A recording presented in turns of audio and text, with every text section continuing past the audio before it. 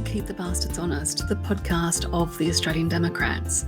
I'm your host, Elana Mitchell, and on this episode, the results are finalised for the New South Wales state election.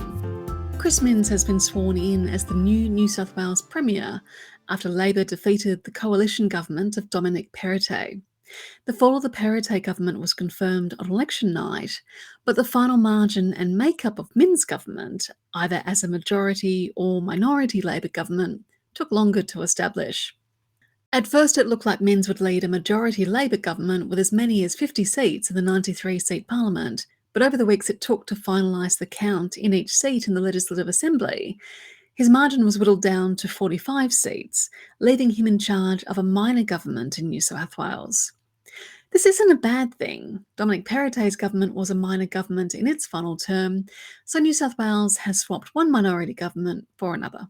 It was just as well Steve and I promised to look at the New South Wales state election after the count was finalised, because our second thoughts on New South Wales ended up being a little bit different to our first thoughts. Steve and I pay our respects to the traditional custodians of the lands upon which we recorded this episode, and their elders past and present. Sovereignty never ceded.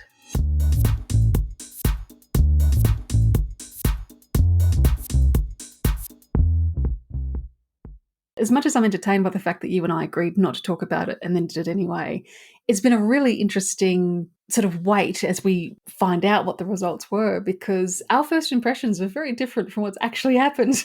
Yeah, in the end, it's ended up being more like what we thought it was going to be before the count came in, or the partial count when we last spoke.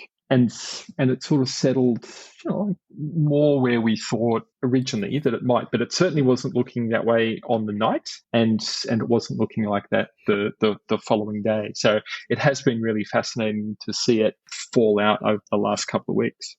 Yeah, because I think on the night, and even like the couple of days following, it was like, oh, well, they're going to get 50 seats, they'll rule a majority, smashed it, and the media very quickly lost interest in the whole thing. Pretty much, yeah. And it's been interesting sort of watching the count trickle down to completion, and you go, oh, the slowly pulling back of the expectations, where it's like, oh, they might get 49 seats, and then it's like, oh, they may not get a majority. And now they've only got 46, which is quite a distance away from where everyone assumed they ended up on the night. It's been quite remarkable. Well, it looks like they've landed with 45 even,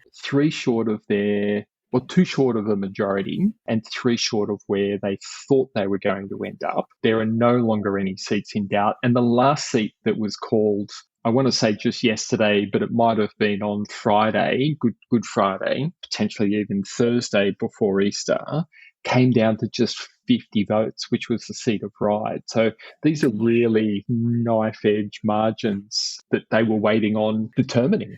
So 45 seats, there are 3 Greens, there are 36 coalition MPs, and there are 9 other. Wow. That's an interesting one. That is an interesting one. And those 9 others seem to be independents. They're not affiliated with any particular party. They are independent MPs from around the state. Which I think is good. We've made it very clear over a long time on this podcast that you and I are not opposed to a diverse parliament. Not at all.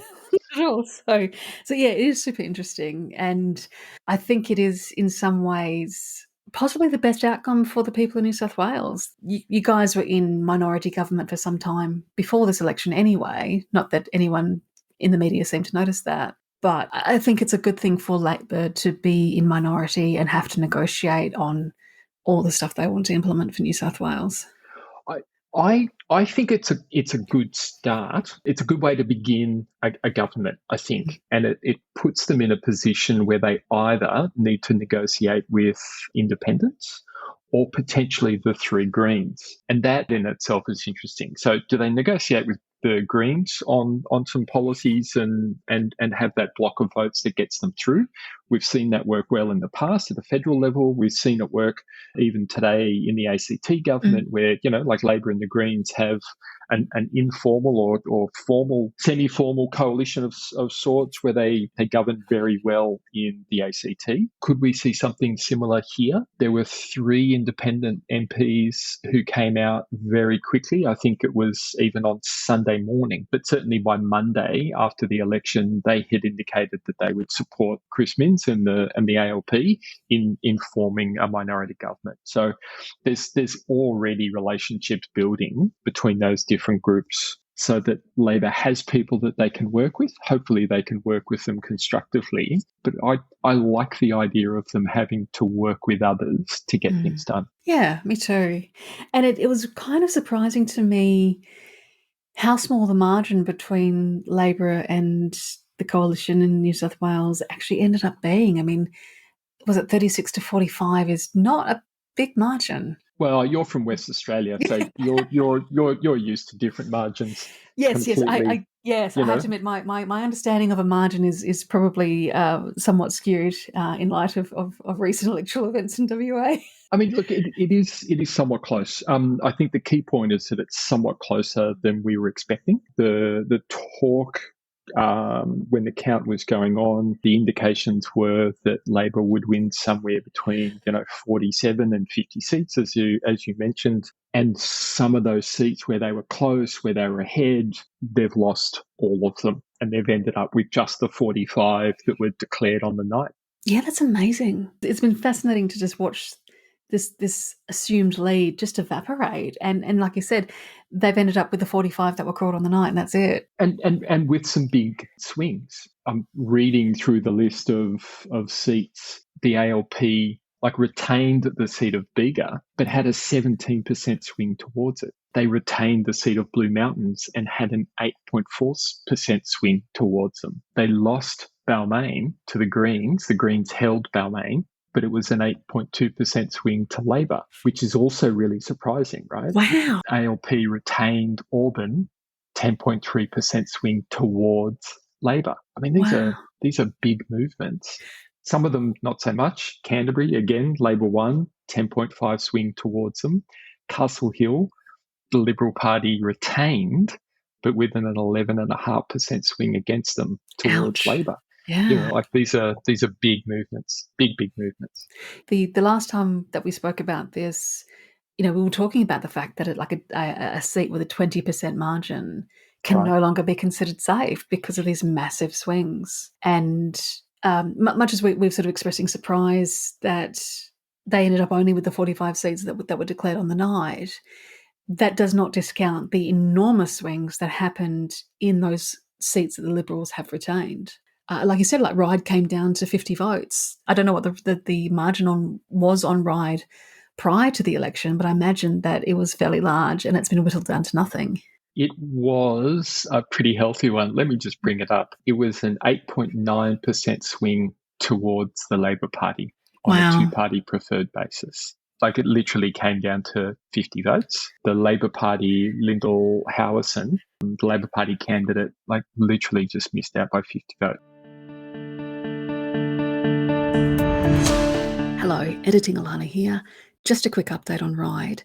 It went down to 50 votes. It was then subjected to a recount because of the tiny, tiny margin, and the Liberal Party retained it on a margin of 54 votes after a second count. So first count was correct. Good that they checked. Anyway, back to the pod. On a first preference basis, Liberal Party got 45.3%, Labor 39%, the Greens, Sophie Eddington got 10.7%, and then the distribution of preferences, most of that went to Labor and enough of it went to the Liberal Party. They got over the line. It's still 8 or 9% swing. That is huge. That used to be considered well and truly safe. But it's equally, we're seeing quite a lot of shifts against the coalition seats. I think people in New South Wales, after 12 years, there was a lot of anger, a lot of disillusionment. Personally, I was surprised that they won last time. Mm. I really didn't think they would win in 2019 with Berejiklian. I thought what they had done in the amalgamation of the councils, of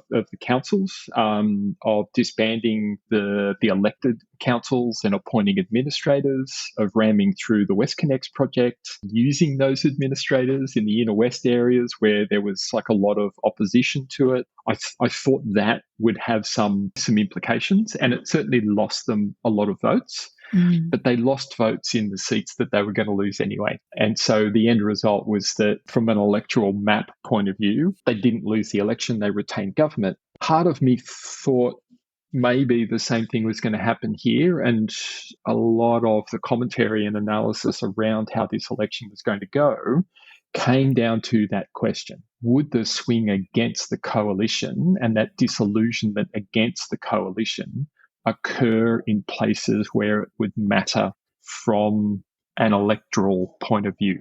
Or would it simply mean more people disillusioned with them in seats that they're going to lose anyway? And that was really a big question. They were a 12-year-old government going back to the people and asking to become a 16-year-old government, which is a big ask on any level, not to discount that. And they had a relatively new premier in Dominic Perrottet, having replaced Berejiklian. It would have been interesting to see if Berejiklian hadn't been caught up by ICAC and had resigned as a response to that. If she had led them to this election, how things would have gone. But again, that's a sliding doors moment. We'll never know. But we will never know. No, because she was caught up in a corruption scandal and she was called out by ICAC, who did the world of good by holding off on releasing that report until after the election was done.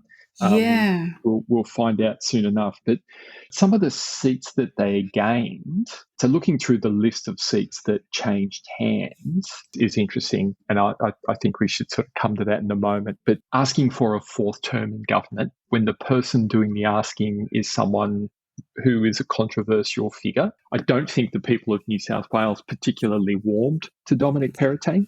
I don't think stepping into the role of Premier from the moment that Berejiklian was forced to resign or chose to resign when the ICAC inquiry began, like the work that he did was not to warm the people of New South Wales to him. He was quite businesslike. He comes across in a fairly cold way. That was not what was needed here. He really needed to close that gap and form a rapport very, very quickly. I don't think he did that. And then subsequently, through the course of the campaign, there was this choice between Chris Minns and a fresh Labor government, a new choice. And Chris Minns is a much more personable character. He seems like a much more genuine character. And the sorts of people that he talks about are healthcare workers and teachers and retail frontline workers and this kind of thing. They're the people that he's speaking about all the time. And he does it in a way that feels very authentic and very genuine. When Dominic Perrottet talks about those same people, it does not have the same resonance about it. It does not come across as genuine. So in an election in the shadow of the pandemic, where those people in particular played such critical roles and continue to do so, I think that lack of connection and that lack of warmth really, really hurt Perrottet and the coalition. See, that's fascinating. So as obviously as an outsider to New South Wales, I've missed all of that. The media coverage is just, Chris Minns he's unknown. He's perceived to be very young. He's not necessarily super young, but in political terms, he's young, and he's doing an elbow and presenting as a small target and all this sort of thing. But none of that, authenticity and warmth that you just spoke about has been picked up by the so-called political experts. And from an outsider's perspective, Dominic Perrottet, like the coldness and the business-like sort of aspects of Dominic Perrottet did come across to me from the other side of the country. And I was at my friend's place for breakfast this morning and we talked about it. And again, from the independent sovereign nation of Australia, the overwhelming association with Perrottet is that he's the guy that let COVID rip. And there's massive negatives about that and how that was handled.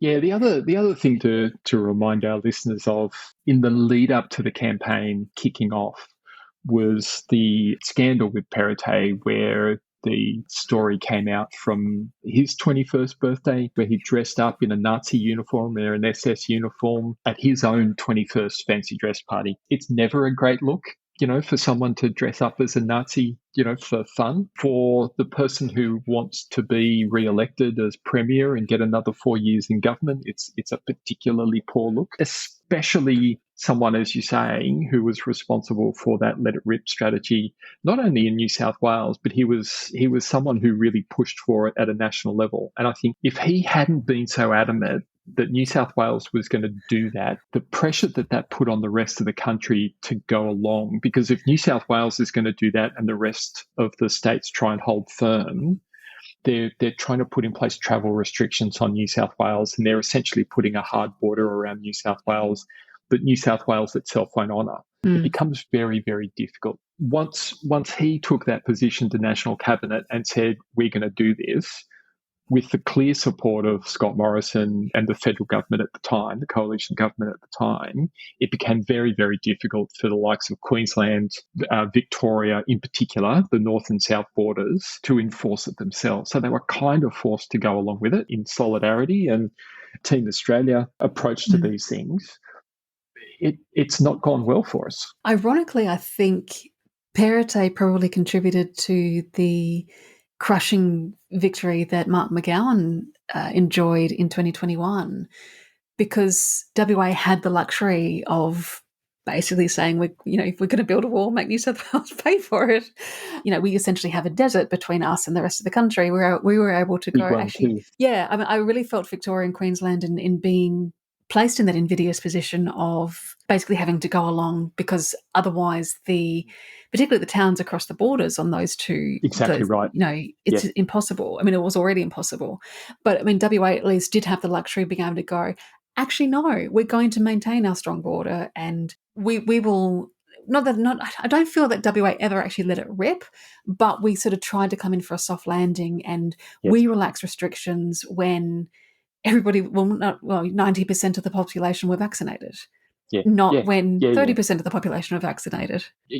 As you say, WA is protected by a very large desert. It also has the luxury of really only having 3 roads into it, yes. To police. The reality really was that as soon as New South Wales said, look, we're going to do this, it became very, very difficult for everybody else. And you really can point to Dominic Perrottet as being the architect of that shift. It was one of the first things that he did, if you recall, when he took over, was basically say, that's it, we're opening, we've vaccinated enough people, we're gonna do this. And it was very, very soon thereafter that everyone else sort of had to make similar choices.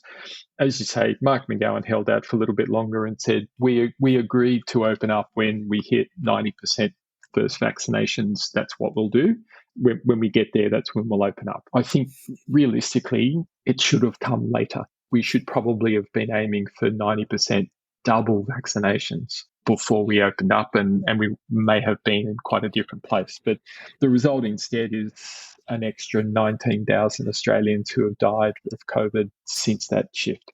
Yeah. I think we were over 90 on the first vaccination. I think we were above 75% on the second vaccination when we started to open up.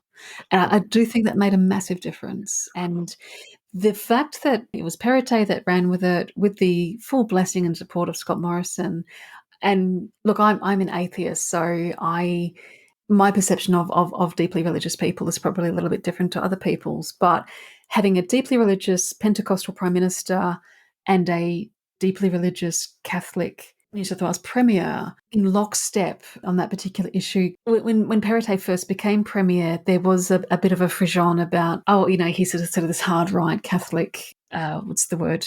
Not fundamentalist. But basically he is. No, but basically he is. He is a Catholic fundamentalist is the best way to describe it. Yep. Okay, cool, because I didn't want to cast aspersions, but you sort of had, at that stage, people were seeing Scott Morrison as a Pentecostalist fundamentalist, and to have someone who they perceived to be a Catholic fundamentalist, they kind of branded each other, if that makes sense. Yes. So it was not a good look in the very beginning. So, like as you said, just when he needed to be warm and fuzzy and connecting with the people of New South Wales, he was kind of going in the exact opposite direction.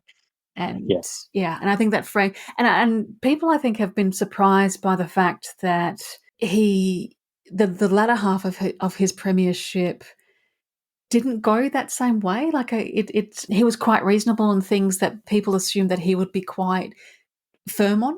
When he first became premier, there was, particularly with all the stuff happening in the US and with Scott Morrison as prime minister, there was, I think, rumblings of, oh, maybe this will be New South Wales' first step toward, Gilead. But it didn't turn out that way. He turned out to be a much more businesslike and relaxed kind of person, more so than I think people expected based on his religious affiliations and conservative outlook on things.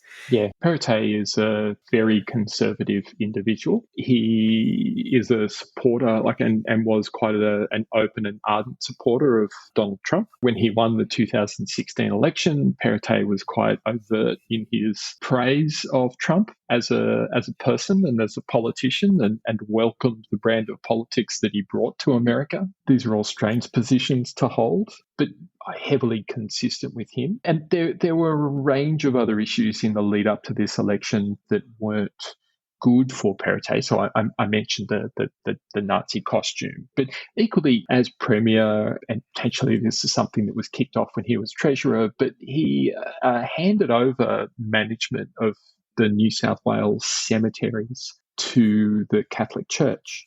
Real estate worth, or like a business worth $5 billion, and he basically just signed it over to them. Now, as a Catholic, and as a very conservative Catholic and a well-connected Catholic, to sign over such a large chunk of sort of state property, and our cemeteries essentially are a utility.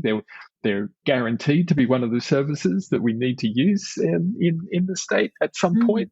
Only the once, potentially, for ourselves, but certainly there's something that we all are connected with. It didn't go to tender. There was no sort of brief for it. There was no bid for it. He just basically said, do you want this? Can I sign over a large chunk of public land and business to you? That's quite odd. Yeah, and particularly a Catholic treasurer or premier, because I remember this, and I can't remember if he was treasurer at the time when it all started. I mean, there's a direct conflict of interest. You can't argue that there was not, particularly with it not going to tender or having any kind of scrutiny. That's super dodge. That shouldn't have helped him. There was obviously the part in the Berejiklian and that whole investigation into her and Daryl Maguire. There's that famous bit on tape, Berejiklian saying, Dom just does what I tell him to do.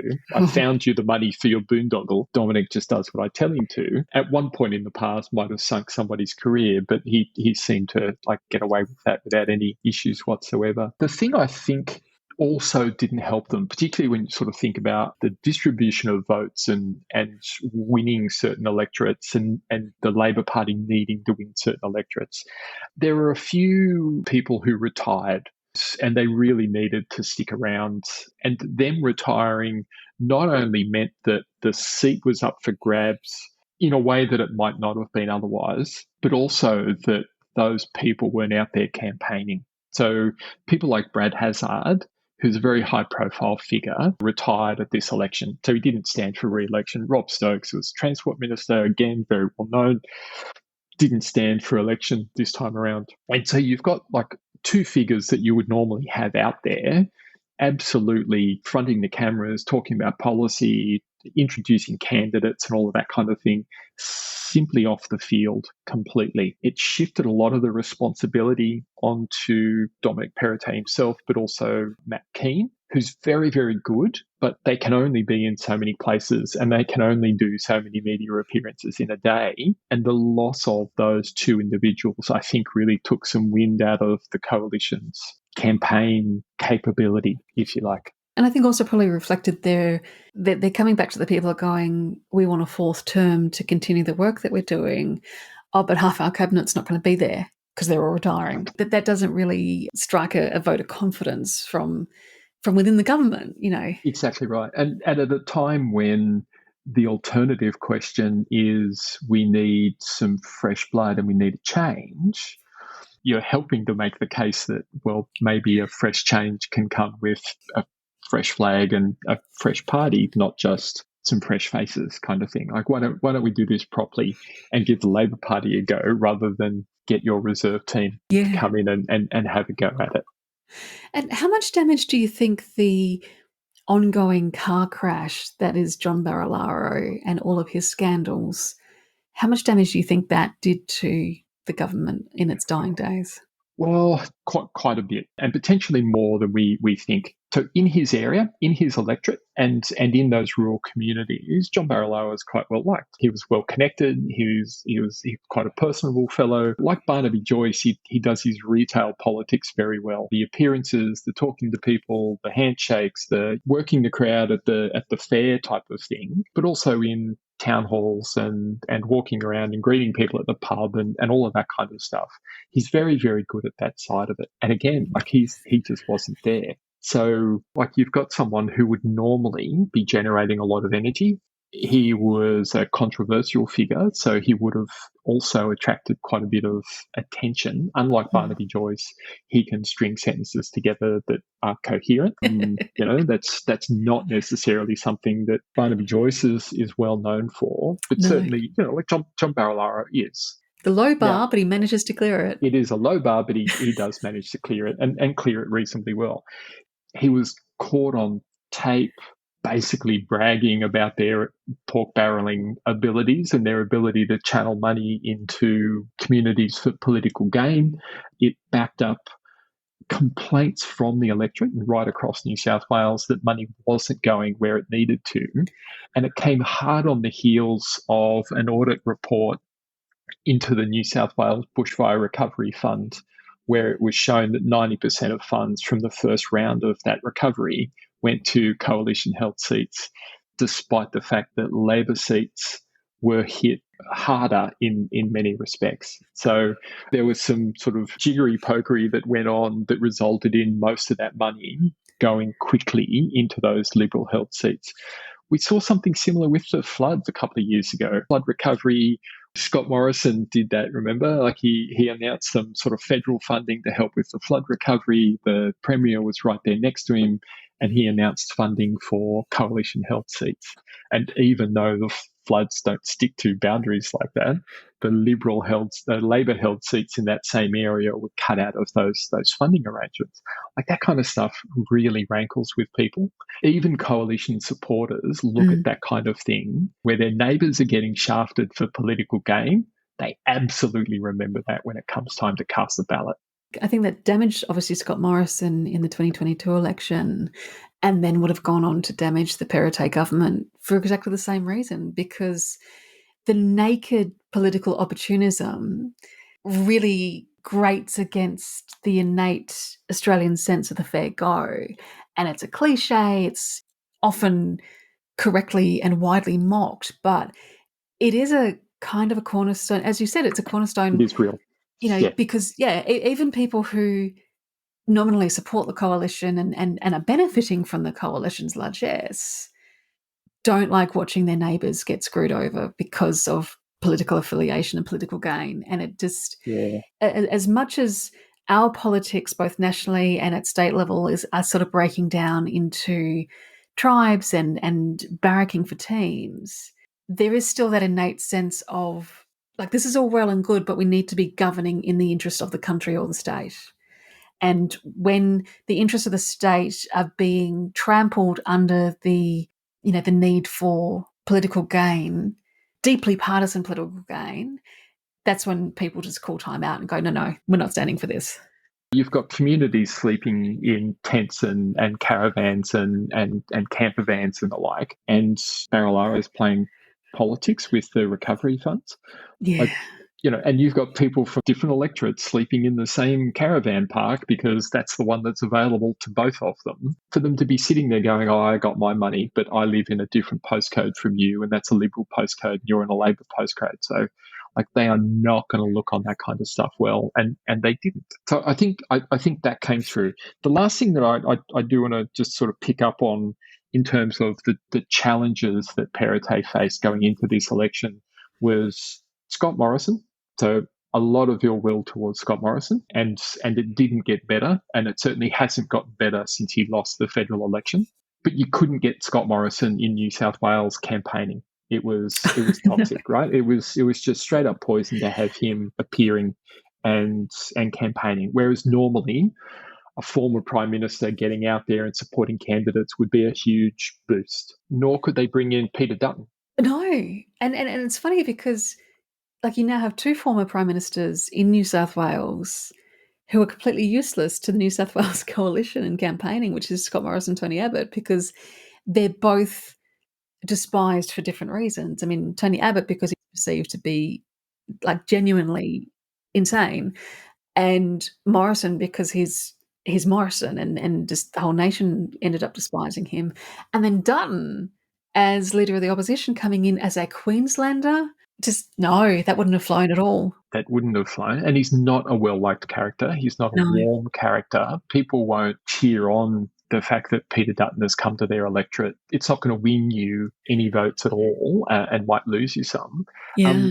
And don't forget, we also have both John Howard and Malcolm Turnbull in New South Wales as well. The Liberal Party tends to wheel out John Howard very, very late in the game. He was wheeled out. He is increasingly ineffective when it comes to campaigning, as we saw in the federal election and in the Victorian election, the recent Aston by-election, and the New South Wales state election. He has not been able to garner votes at all, and Malcolm Turnbull won't help them. No. Which also tells you a lot. Yes. And I kind of can't blame, like why would Malcolm Turnbull help them? No. Yeah, he literally has no reason. I mean, why he's still a member of the Liberal Party is a mystery, to be brutally honest. And it's enormous cheek on their part if they were to go to him and expect him to help them after what they did to him.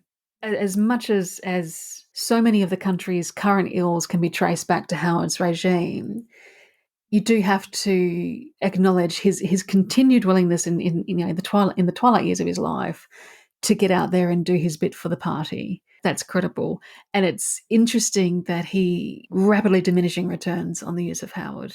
They're using him sparingly and, as you said at the last moment, but it's not having the effect. And I think because people are waking up to the fact that, the 20 years since Howard was in power, all of those chickens have sort of come home to roost. I can't recall whether it was the Aston by-election, and I know we're going to cover this separately, so I won't delve into it too much, but in one of the recent elections, John Howard penned a letter to the electorate, and as I say, I can't recall whether it was the Aston by-election or the New South Wales election. They happened only a week apart, so my memory is a little blurry, but it went out to all of the households. And in true Liberal style, embracing the 21st century, embracing modernity in its fullest, it was only sent to the male member of the household. Oh, yes, I remember that.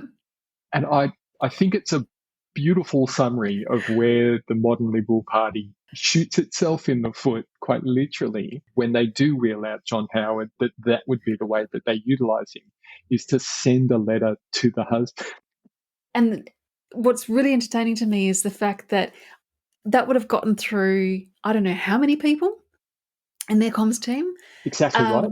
And it still went out. Like nobody either had the wherewithal or perhaps the authority to go, that may not be the killer comms piece that you guys think it is. I mean, regardless of whatever the content of that piece was, I mean, Howard is perfectly capable of writing a stirring thingy to the troops, but to send it only to the male members of the household is like, you couldn't make that up. Like if you were doing a comedy about the election, the writer's room just would not let that slip through to the final script because it would be too stupid. That's not good enough. We're above that kind of thing. And yet, that's exactly what he did. It was kind of wild. One last thing about the Liberal Party and their campaign and their policies and the rest of it before we take a look at the Labor Party, which was not without its things.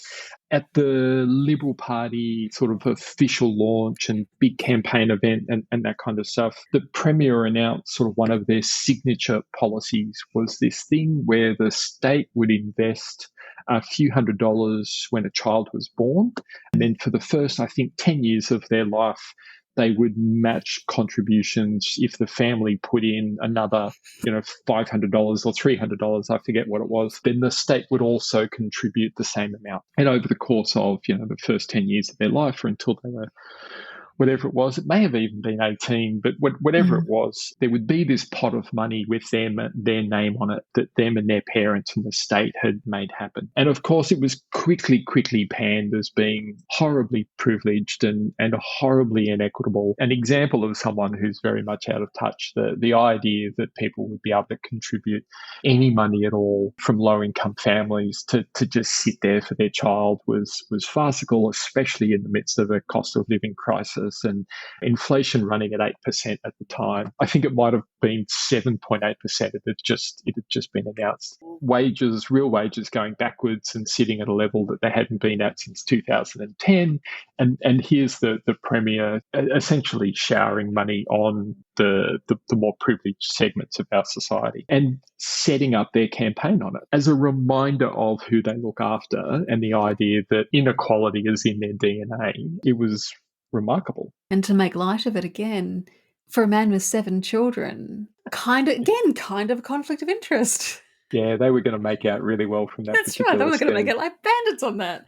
Yeah. I mean, the idea of an annuity that you receive when you turn 18 and it's part of your coming of age kind of thing, in principle, is not a bad idea. Yep. But the idea that parents would then need to contribute to it, and that the more you contribute, the more the state would then kick in on their part to match, is where it all fell apart, because that's just ridiculous. But I do think that, not that this is Democrats' policy and that has not been investigated.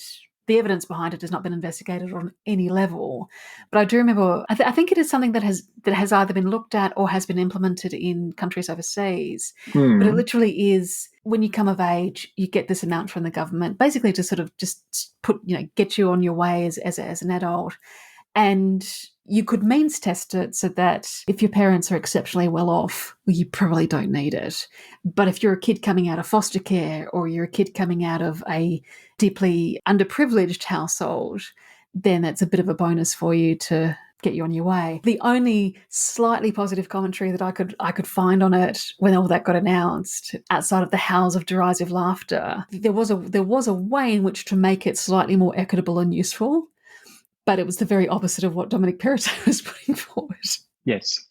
I could take your scheme and make it more equitable by doing a completely different scheme. That's right. It's kind of the same argument that we apply to the statutory tax cuts at the federal level, right? They're a great idea if we did something completely different. If we completely re-engineered them to not resemble what they're currently formed. Yeah, it might be okay. Yeah. Yes. And, there's something to be said for investing early so that people have money later in life, right? It's the same reason that we have superannuation. It could potentially, the same sort of mindset could be used to fund all sorts of things, but we don't need it. We've got taxes and we've got public health and the rest of it. Well, there's that too, yeah. I mean, maybe if we lifted families out of poverty. It's crazy. It is a crazy idea. It's my take It is off. a crazy idea. Just before we get on to Labor, though, yeah. One question and another what-if question that I wanted to ask you, because it was very shocking when Berejiklian suddenly resigned. And we need to stress that she was never forced to resign. She chose to. The ICAC report, when it's eventually released, I think will be fascinating reading as to why she resigned. That's one word for it. Yep. And I think people were surprised when it was Perrottet and not Matt Keane who stepped up and became Premier. And there was clearly a deal done for this. Yeah.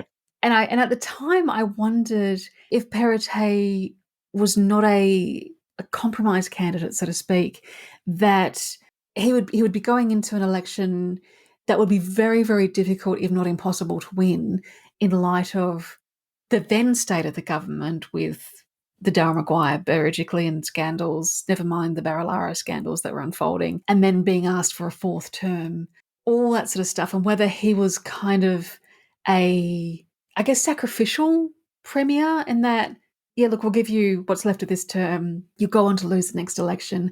It would enable them to not burn somebody like Matt Kean without reason, if that makes sense. Matt Kean could quite possibly have won this election, though. Yeah, it's true. Yeah. Of all of the coalition candidates and possible people who were participating in this election, Matt Kean was potentially one who could have led them to victory. We can talk about his politics and his policies at another time, but he is very well respected. He comes across as a much more moderate voice. He comes across as one of the few coalition MPs anywhere in the country who are strong on climate and strong on emissions reduction and that kind of thing, which is a big thing at the moment. The fact that the Liberal Party went to this election was still with relatively weak stance on emissions reduction, the strength of it comes from Matt Kean. The things that are there is his, and he could easily, as Premier, have pushed for a little bit more and potentially would have. I'm not convinced that he wanted the job, as evidenced by the fact that he didn't stand to be leader of the opposition when they subsequently lost the election. He was asked on election eve and he said, look, I'm going to think about it. And on Monday he said, no, the kids are of an age where I'd like to be around for them and I can't really do that if I've got that job. I don't know. I think maybe he is biding his time, but I do think we could be looking at a fourth-term Liberal government had Matt Kean been in charge. Interesting, yeah. Because also one of the reasons he listed as why he didn't choose to stand for leader of the opposition was also that he's copped an absolute bollocking from the Murdoch press and the lunatics on Sky News After Dark, and even to a degree the Fairfax papers. Not Fairfax, sorry, the Nine papers, now that they're now called, over being seen as this sort of woke, lefty, climate change believing dude in the coalition. And I could understand that having been through that particular ringer, he wouldn't be in a huge hurry to step up and become even more prominent and a bigger target, particularly also when you have genuine lunatics like Mark Latham targeting him. Yeah, there's a lot. Mark Latham is a rabbit hole that we do not want to go down. The guy increasingly is heading further and further out into a rather sort of toxic and disgraceful fringe. He reproved that as though we needed more evidence just last week with some comments that he made about another MP. And he's a member of One Nation who, as a party, continue to put out material that's just offensive, let's be frank. So let's not waste too much time with Mr. Latham, but certainly I would not want to be working with him if I were Matt Kean. Definitely not. I think Matt Kean is perfectly justified in saying, look, I've done enough. Thanks anyway. I mean, he did indicate that he'd be happy to serve in shadow cabinet if he was asked, but that was probably the limit of where he was willing to go to, and I kind of think, well, that's fair enough. Exactly right. So talk to me about Labor, because, again, as an outsider to New South Wales, my perception of Chris Minns is probably very different from yours as a resident who's sort of seen him up close and been bombarded with the election campaign. But we haven't really seen him up close very much at all until the election campaign in particular. It was one of the criticisms of him coming into the campaign that he didn't seem to be cutting through, the same sort of criticisms we heard of Anthony Albanese in the lead up to the federal election last year. No one really knows him. What does he stand for? Who is this guy? Questions being asked by a very disingenuous media whose job it is to find out that stuff and report it.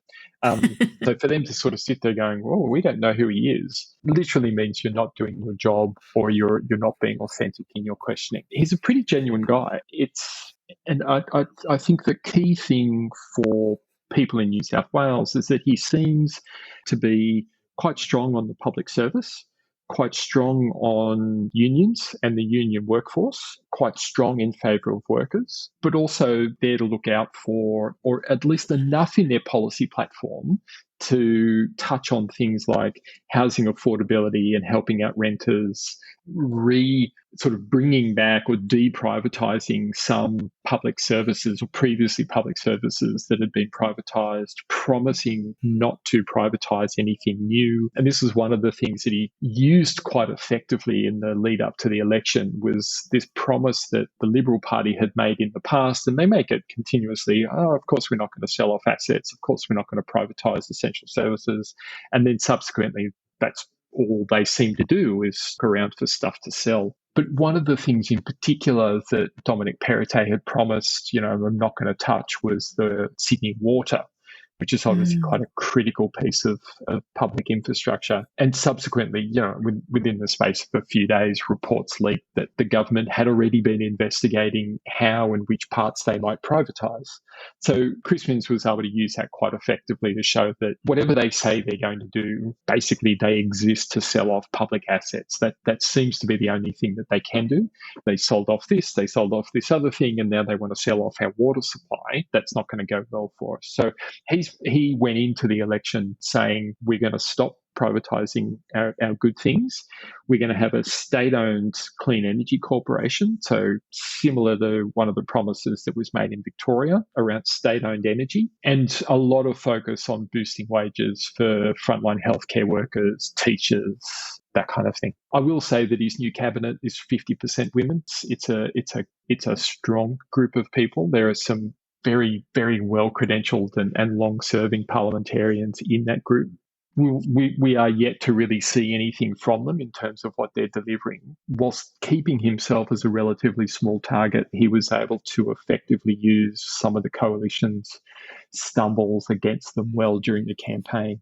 I think where he nearly came unstuck, and it's probably the reason why the election became as close as it was around the poker machine issue. And his effective support, or rather strongly caveated criticism of poker machines and the clubs that operate them, really sort of stood out in the final couple of weeks of their campaign as something that they really didn't handle very, very well. And it was quite surprising that someone like Perrottet, which is a party of the free market and individual choice and freedom and so on and so forth, came out very strongly on the regulation of poker machines, and yet Minns didn't.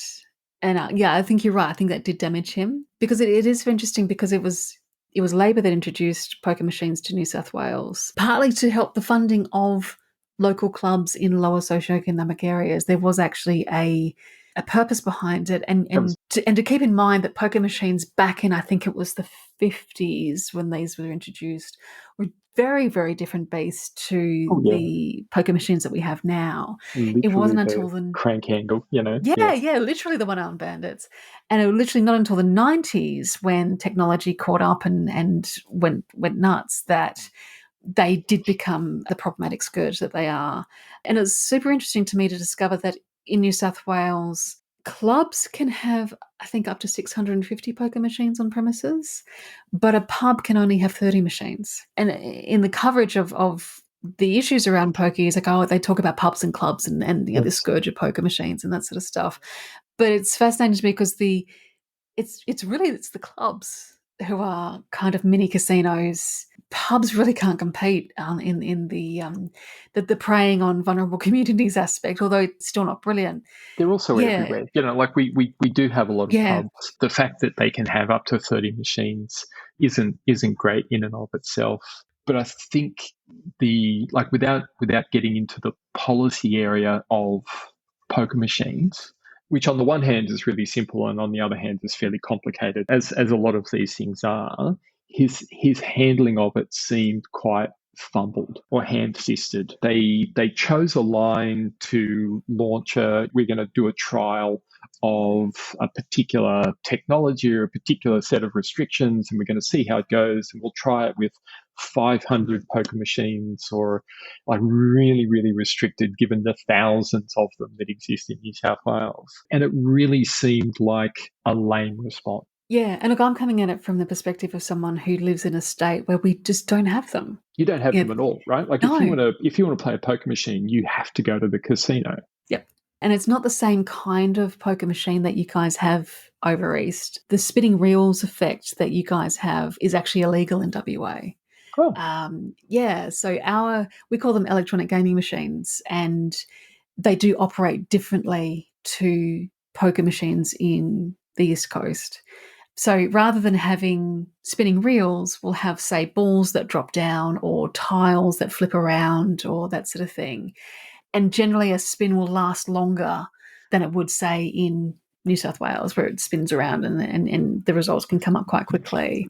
It is a fine line. In WA, like there's a noticeable difference between the way it would operate in Victoria and New South Wales, but it is essentially similar concept. But so heavily restricted. You can only get them at the casino. All the pubs and clubs. Well, we don't have a big club scene over here in WA.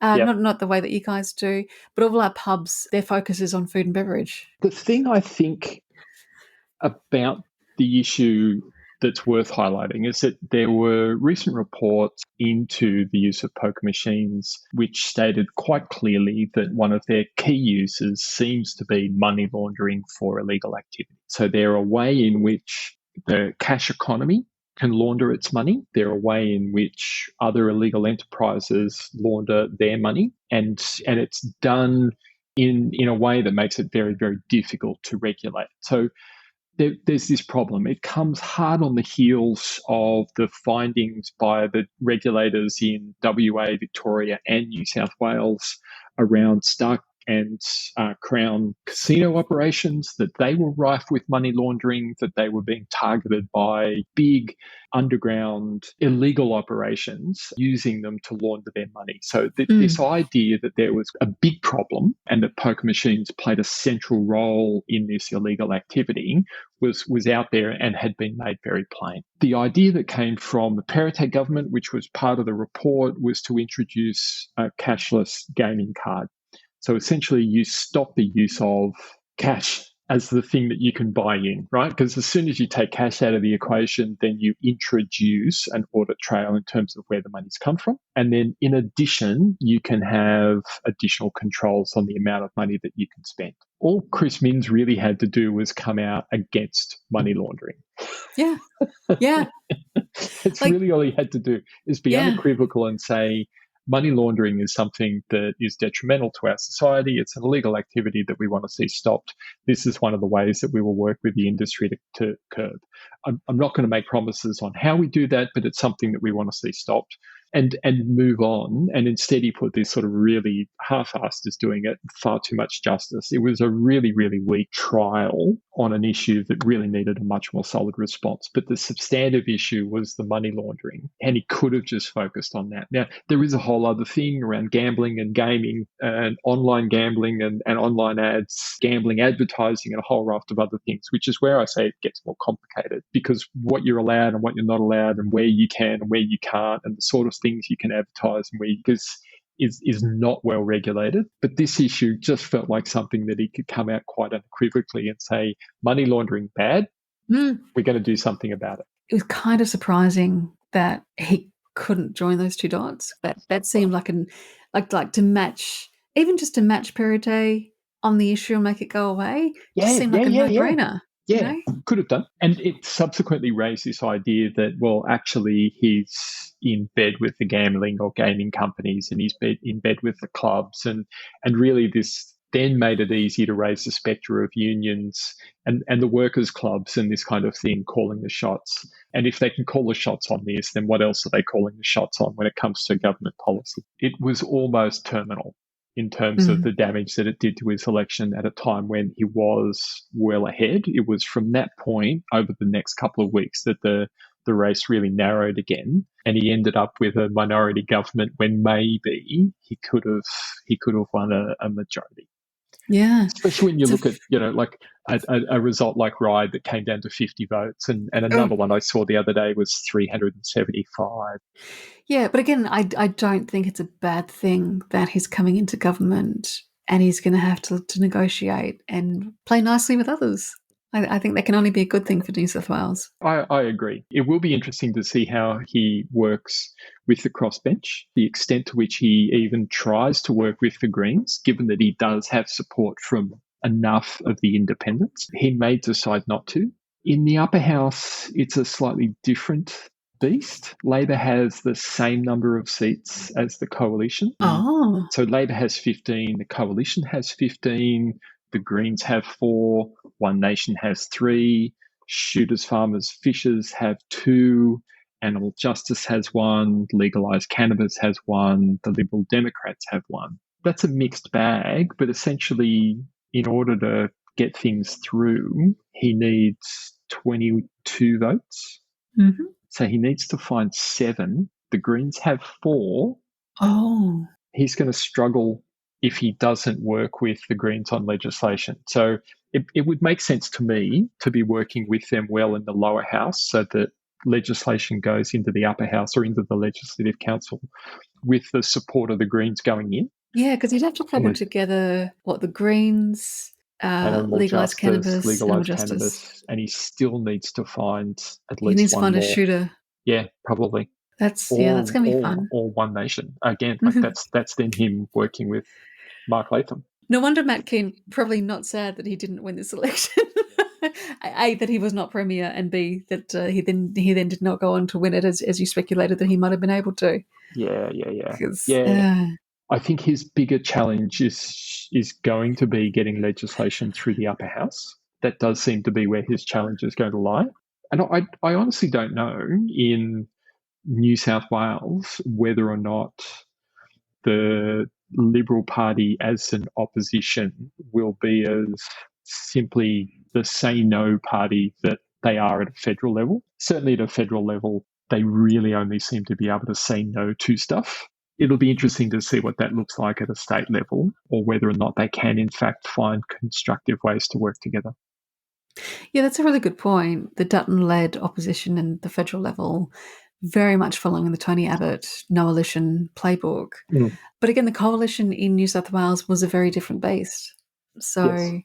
Yeah, that's going to be super interesting to see how whoever becomes the opposition leader in New South Wales chooses to take things. Yeah. But certainly with animal justice, legalised cannabis, and the Greens, that Labor might be able to get some things through. Interesting times. Yeah. Because, again, in the independent sovereign nation of Australia, we don't have that problem in the upper house. Your problem is a lack of opposition. Precisely, yeah. We are kind of, fortunate is probably not the right word, but it's ironic. Like if Mark McGowan hadn't been the principled and benefit of the state kind of leader that he is, he probably would not have won this crushing majority that he's got. But even being a relatively benign leader, good government does require a strong opposition, because not just to oppose bad stuff, but to test good stuff and challenge good stuff and go, well, can we make it better? Like, is this actually going to achieve what you think it's going to achieve, kind of thing?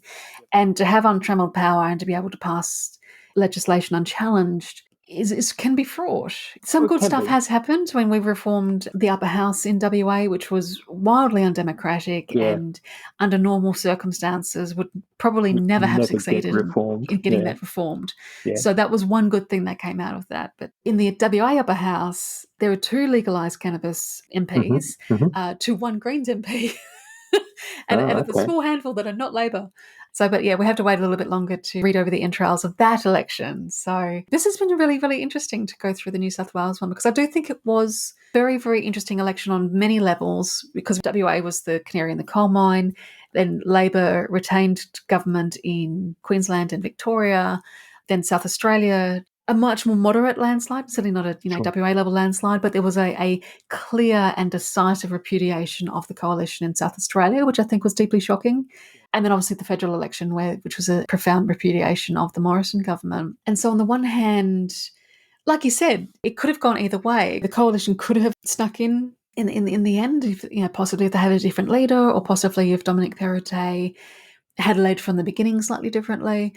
But yeah, it's interesting that New South Wales has now joined the Labor fold, and we have wall-to-wall Labor governments on the mainland, and what that means for the country. How did in our last chat, there were a few seats that you were keeping an eye on because they were of interest to you. Now, I forget the gentleman's first name, but Keegan, the independent Keegan, romped it in his seat in the end. How did your other ones go? So one of the ones that I was looking at in particular was Simon Earl in Miranda. Miranda forms part of the electorate, the federal electorate of Cook, where Simon Morrison sits. Sorry, Scott Morrison. Simon Earl ran against Morrison at the last federal election, was defeated and defeated fairly soundly, as you would expect. And it was interesting to see how he would subsequently go here. He came very close. Now, this is the Liberal Party retained this, but there was a 12% swing towards Simon. Wow. Now, in the end, he lost by 2,200 votes, so 2,269 votes to Elena Patinas. So that's retained, and she was the sitting MP. This will be her third term in Parliament. So a difficult nut to crack there. The reason I was interested in it in particular was not only the possibility that he might actually win, but it's almost certain that we're going to get a by-election in Cook later this year. Scott Morrison, by all reports, is going to stand down and retire from politics, which would mean a by-election in his seat. Talk is that that will be somewhere in the middle of the year after the budget is delivered. So the focus is on that and responding to that rather than him being a distraction. That's never really bothered him, but that's sort of the talk. Now, I was curious because if Simon lost this, he will almost certainly run again in that by-election. I was just really curious how it went. So he did very well. He got 37.5% of the first preference vote, which is very good. If he's able to maintain that in a by-election, who knows? Well, yeah, and particularly in a by-election where the incumbent who was a prime minister is stepping down, you're going to have an unknown, untested candidate stepping in to replace him. That's right. It does make the playing field very, very different to what it was when Simon Earl contested against Scott Morrison. And particularly after Aston, after New South Wales, after all the other state elections as we outlined. Yeah. Look, I'm certainly looking forward to it. Being a political nerd, bring on by-elections. These are fun. Absolutely. These are sort of the aperitifs between the main events sort of thing. Yeah, exactly right. The other one that I was watching, and it's because it's my own electorate, is the seat of Drummoyne here in New South Wales. The sitting MP there is John Sidoti, and he retired after ICAC made findings of corrupt conduct against him. He resigned from the party, but he did not resign from Parliament. He said that he would retire at this election. So he didn't stand. And it's interesting, the seat of Drummoyne sits in the electorate of Canada Bay. It covers a number of council areas, I guess, but it's sort of mostly the city of Canada Bay. And you had a mayor and a former mayor of Canada Bay standing for the election. Both women, both well credentialed, both well connected, both well known in the community, and replacing someone who was leaving under corrupt circumstances. The seat has ended up being won by the Liberal Party, and John Sidoti was with the Liberal Party, so it's being retained by the Liberal Party, but with a 12.4% swing to Labor. So it came down to 1,200 votes. It was previously held with a margin of 13.6%, and that's been cut right down. So it was an interesting one, a very, very interesting one just to see. There were only 4 candidates who ran here. We had a Greens candidate. So in addition to the Liberal and Labor Party, there was a Green candidate and a candidate from Sustainable Australia, and they got 3.4% of the vote. So it's quite clear that voters were sort of looking at their options. The Greens candidate got nearly 10% of first preferences. Wow. And again, it's interesting. We are very close here in Drummoyne to the seat of Balmain, which is held by the Greens. So those were sort of 2 of the ones that I was really interested in particular. There you go. Go democracy. Go Thank democracy you so much. Indeed. Let's do it again sometime soon. Yeah. Let's have another election.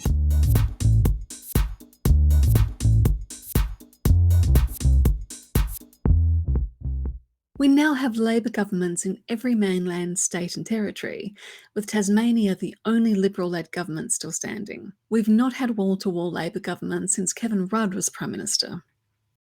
As well as moving New South Wales into the Labor fold, Anthony Albanese's government has broken a century-long record and increased their majority during their first term by winning the Aston by-election. We're going to have a chat with our 2022 lead Senate candidate for Victoria, Leonie Green, about how the Aston by-election played out. And if you're in WA or Queensland and want to help us contest their state elections, all you need to do is join the party and complete a member declaration form. We need 500 members in each of those states to register at state level, so every member counts. And I've put a link in the show notes. Keep the Bastards Honest is brought to you by the Australian Democrats. This episode was edited and produced by me, Elana Mitchell. If you'd like to keep in touch, you can find us on Facebook, Twitter, Instagram, YouTube, and LinkedIn by searching for Australian Democrats. And you can see what we stand for, what we value, and what our policy positions are at our website at democrats.org.au. Until next time, thanks for listening.